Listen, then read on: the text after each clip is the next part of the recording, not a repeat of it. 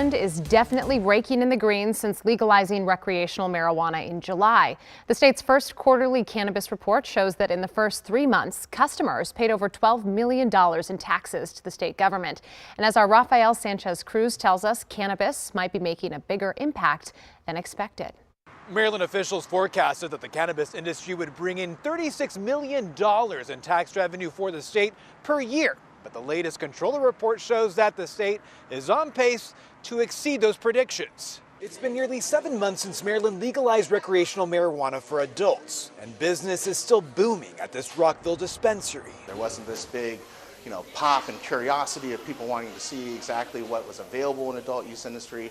I think that we've seen people come in, they've tried the product, tried the experience, and I think they've seen something beneficial, and they just continue to come back. Warren Lemley, owner of Peak Relief, says the demand for cannabis has remained consistent, so much that he's expanding in a couple of weeks. We're going to have the new side for adult use customers that's basically going to be able to have 12 additional registers, make sure that we can still service all the customers that we need to. Between July through September, the 9% sales tax on cannabis products racked in over $12 million in tax funds for Maryland's government, according to the state's first controller report. More than $3 million of those dollars came from the 26 dispensaries in Montgomery and Prince George's counties. So what's the first batch of tax money going to? According to the controller's office, half of the tax collections are set aside for Maryland's general fund.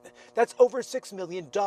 Another $4.25 million are going to the Community Reinvestment and Repair Fund, which will pay for programs that help those harmed by the war on drugs.